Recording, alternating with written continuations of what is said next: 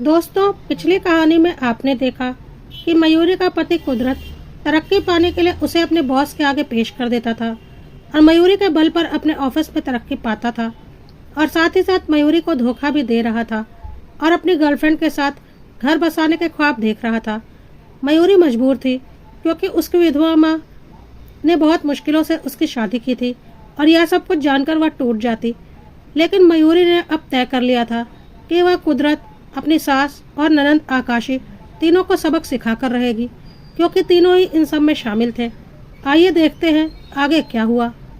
मयूरी को बहुत अच्छे से पता था कि कुदरत का बॉस आलोक उसके ऊपर पूरी तरह से फिदा है और अब मयूरी ने अपना खेल शुरू किया। अपने पति की वजह से एक बदचलन औरत तो वह बन ही चुकी थी, लेकिन अब उसे बदला चाहिए था। अगली बार जब आलोक उससे मिला तो उसने आलोक से बहुत प्यार से बात की। आलोक तो पहले से ही उस पर मरता था।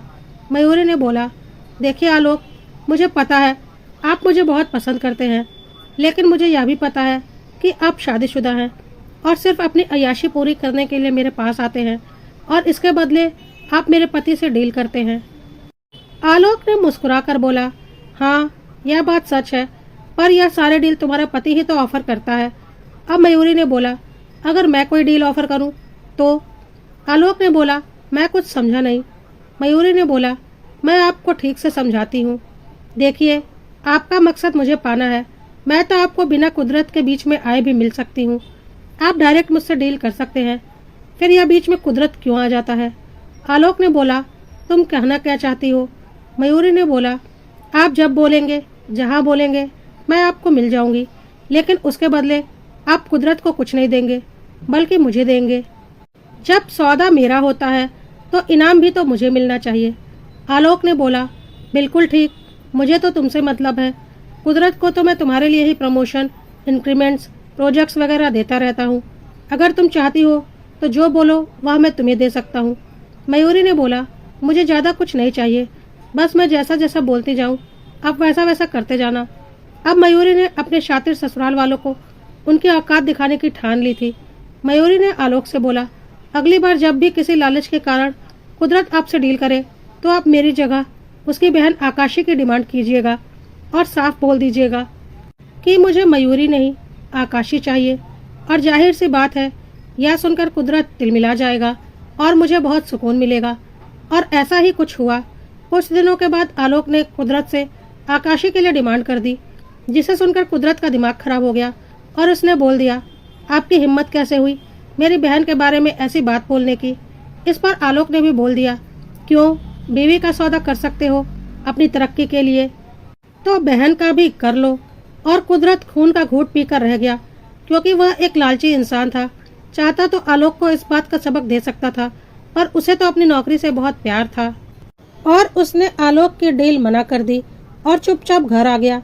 घर आने पर जब उसकी माँ ने उससे पूछा कि आज रात तो तेरा बॉस आने वाला होगा ना, इस बार का प्रोजेक्ट भी तो तुझे ही मिलेगा ना, तो कुदरत ने आलोक की डिमांड अपनी माँ को बता दी।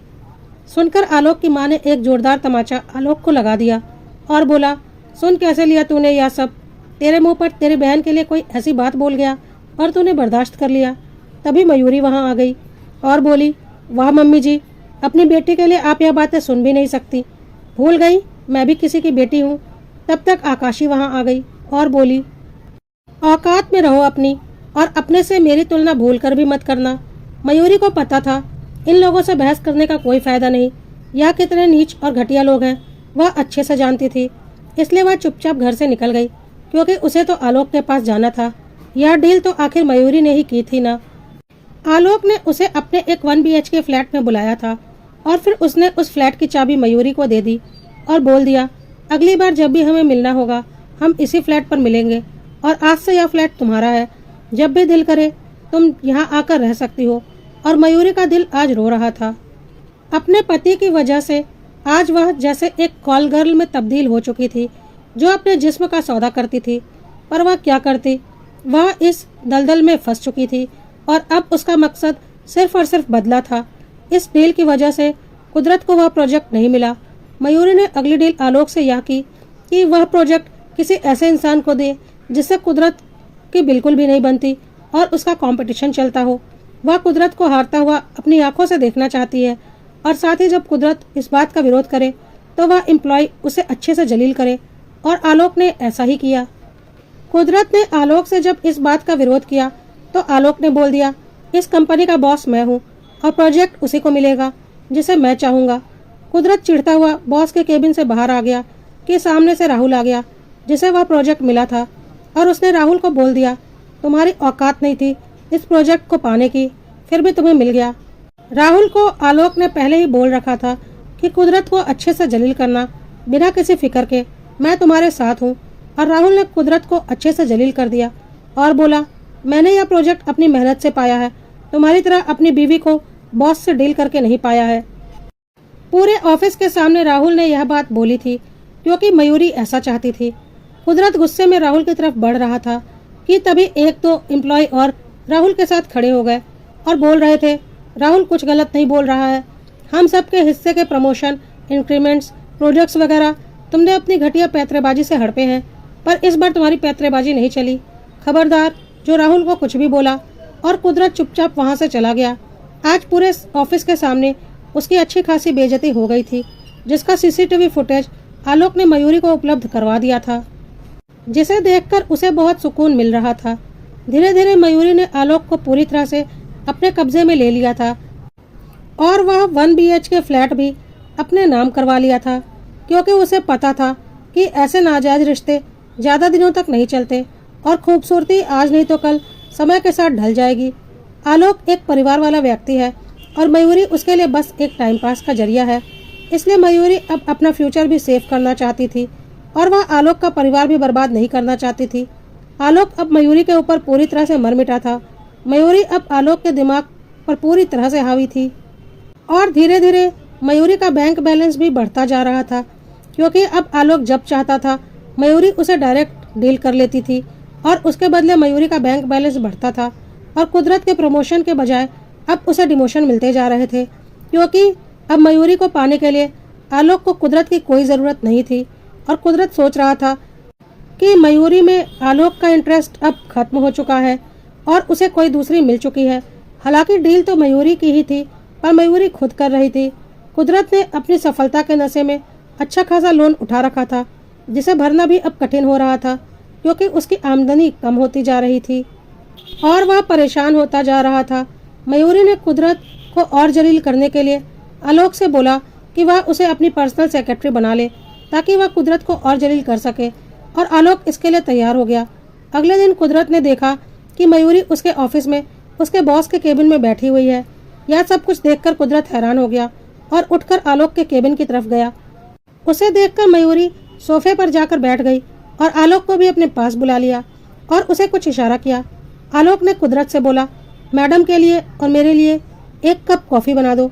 सुनकर कुदरत हैरान हो गया और उसने बोला, क्या बकवास कर रहे हैं सर आप, मैं यहाँ पर एम्प्लॉय हूँ, कोई पियून नहीं हूँ कि आपके लिए कॉफ़ी बनाऊँ। और यहाँ मयूरी क्या कर रही है? इस पर आलोक ने बोला, बकवास मत करो, और यहाँ यह तुम्हारी बीवी नहीं, मेरी पर्सनल सेक्रेटरी है, तमीज़ से बात करो इनसे और चुपचाप इनके लिए कॉफ़ी बनाओ। अब कुदरत को सब कुछ समझ में आ रहा था कि यह सारा खेल मयूरी ने रचा है और मयूरी अभी भी आलोक के संपर्क में है। कुदरत ने मयूरी से बोला, तुम्हारी हिम्मत कैसे हुई मेरे साथ ऐसा खेल खेलने की? मेरे ही घर में रहती हो, मेरा ही खाती हो और मेरे ही साथ साजिश करती हो। मयूरी ने बोला, बकवास मत करो, तुम्हारे घर में नहीं रहती, तुम्हारे होटल में रहती हूँ मैं, जहाँ तुम हर रात मुझे बेचते हो। और रही खाने की बात, तो मैं तुम्हारा नहीं खाती, अपना खाती हूँ, और तुम और तुम्हारा पूरा परिवार मेरी कमाई खाता है, समझे? तो आइंदा ऐसी बकवास मत करना। और फिर आलोक से बोला, आलोक, मैं चाहती हूँ आप इस घटिया इंसान को इस कंपनी से निकाल दो और इतना इंतज़ाम कर दो कि इसे और भी कहीं नौकरी ना मिले। मैं इसे दर दर की ठोकर खाते हुए देखना चाहती हूँ। तब तक कुदरत ने बोला, हाँ हाँ, मुझे वैसे भी यहाँ नौकरी नहीं करनी जहाँ तुम जैसे अय्याश रहते हैं। सुनकर मयूरी ने एक जोरदार तमाचा कुदरत को लगा दिया और बोला, अय्याश मैं नहीं, अय्याश तुम हो और तुम्हारा सारा खानदान है, जो अपनी बहू के शरीर की कमाई खाता है और बहू को ही अकड़ दिखाता है। लेकिन अब और नहीं, तुम लोगों की औकात अब मैं तुम्हें दिखाऊंगी। तब तक आलोक ने बोला, बहुत घमंड है ना अपने ऊपर, कोई भी एक प्रोजेक्ट या प्रमोशन या इंक्रीमेंट तुमने अपने दम पर नहीं पाया है, इतने काबिल भी नहीं हो तुम, सारा कुछ तुम्हें मयूरी की वजह से मिला है। यह बात तुम भी जानते हो और मैं भी। और अपनी काबिलियत तो तुम अच्छे से जानते ही हो। अगर अभी किसी और कंपनी में जाओगे ना तो इंटरव्यू तक क्लियर नहीं कर पाओगे, और यहाँ मयूरी की वजह से अच्छे खासे पोस्ट पर पहुँच गए हो। लेकिन कोई नहीं, अब मयूरी चाहती है कि तुम इस कंपनी में नहीं रहो, तो उसका इंतजाम भी मैं जल्दी ही कर दूंगा। और तुम भी अपने लिए दूसरी जगह नौकरी देखना शुरू कर दो, तुम्हें जल्दी ही नोटिस मिल जाएगा। कुदरत तिलमिला उठा और वहाँ से चला गया। और आलोक ने मयूरी से बोला, तुम चिंता मत करो मयूरी, कुदरत को किसी दूसरी कंपनी में नौकरी नहीं मिलेगी, इसका मैं पूरा ख्याल रखूंगा। कुदरत घर आ चुका था और थोड़ी देर के बाद मयूरी भी घर पहुंची। घर पर उसकी सास, उसकी ननंद आकाशी और कुदरत उसके इंतजार में बैठे हुए थे। मयूरी को देखते ही सब आक्रोशित होकर उसकी तरफ बढ़े, लेकिन मयूरी ने अपना हाथ उनकी तरफ उठाकर उन्हें वहीं रोक दिया और बोल दिया, औकात में रहना, मेरे साथ कुछ गलत करने की सोचना भी मत, वरना मैं क्या करूंगी तुम लोगों ने सपने में भी नहीं सोचा है। अगर एक कंप्लेंट तुम्हारे इस बेटे के खिलाफ पुलिस में कर दी ना कि इसने मेरे साथ क्या किया है, तो मिनट नहीं लगेंगे इसे जेल की हवा खाने में, और इसके खिलाफ सबूत मैं खुद दे दूंगी। काफी सबूत इकट्ठे कर रखे हैं मैंने, तो मेरे से उलझने की तो कोशिश भी मत करना तुम लोग। कुदरत ने बोला, अब जब बात इतनी बढ़ चुकी है तो तुम्हारे साथ रहना संभव भी नहीं है। मयूरी ने बोला, साथ तो तुम मेरे पहले भी नहीं रहना चाहते थे, बहुत अच्छे से पता है मुझे, तुम अपना घर अपनी गर्लफ्रेंड के साथ बसाना चाहते थे। मेरे कमाए हुए पैसों पर अपनी गर्लफ्रेंड को पत्नी बनाकर ऐश करना चाहते थे। वह पैसे, जो पैसे तुमने मेरे जरिए कमाए थे, जो तरक्की तुमने मेरे जरिए पाई थी। लेकिन घबराओ मत, अब तो धीरे धीरे सब कुछ खत्म हो रहा है ना। अब देखती हूँ तुम्हारी गर्लफ्रेंड तुमसे शादी करती है या नहीं। और मयूरी की कही बात सच निकली। कुछ ही दिनों में कुदरत की नौकरी जा चुकी थी और उसे कहीं दूसरी जगह नौकरी नहीं मिल रही थी। कुदरत की गर्लफ्रेंड ने भी उससे किनारा कर लिया था, क्योंकि एक बेकार बेरोजगार इंसान से वह क्यों शादी करती। मयूरी ने अब कुदरत से साफ साफ बोल दिया था, देखो कुदरत, अब तुम तो किसी लायक बचे नहीं और मैं बचने भी नहीं दूंगी। पूरा इंतजाम कर रखा है मैंने। मैं मेरी माँ को कोई दुख नहीं देना चाहती थी, इसलिए आज तक मजबूरी में यह रिश्ता निभा रही थी, पर अब यह रिश्ता मैं और नहीं निभाना चाहती।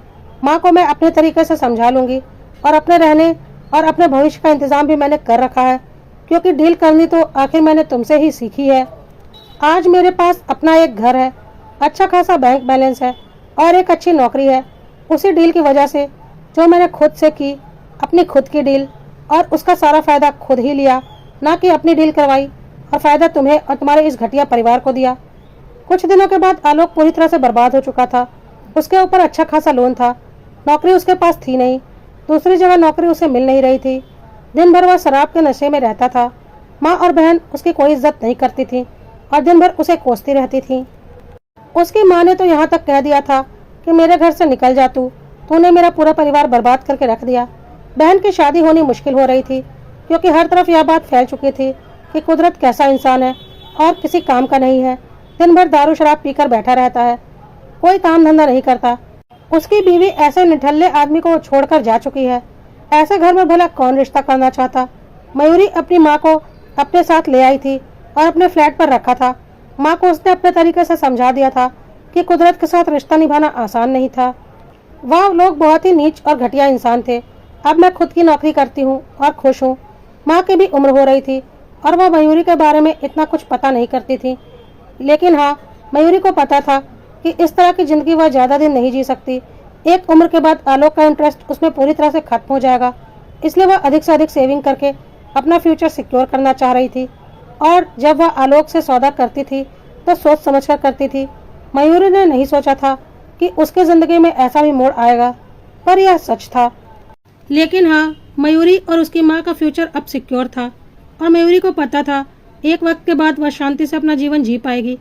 हाँ, मन में बहुत दुख और पछतावा होगा, क्योंकि कदम तो उसने भी सही नहीं उठाया था, लेकिन जो कुछ भी किया था मजबूरी में किया था।